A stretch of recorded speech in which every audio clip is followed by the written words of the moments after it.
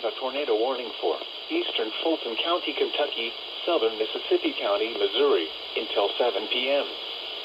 At 6:29 p.m., a severe thunderstorm capable of producing a tornado was located over Dorna, or near Hickman, moving southeast at 30 miles per hour. Expected hazards include tornado. This is a radar-indicated threat. The following effects are expected. Flying debris will be dangerous to those caught without shelter. Mobile homes will be damaged or destroyed. Damage to roofs, windows, and vehicles will occur. Tree damage is likely.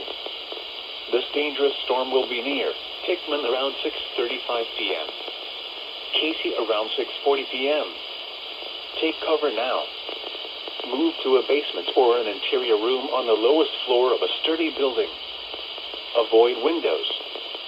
If you are outdoors, in a mobile home, or in a vehicle, move to the closest substantial shelter and protect yourself from flying debris.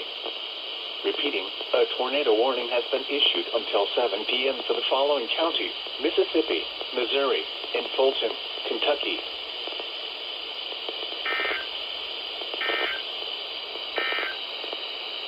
A severe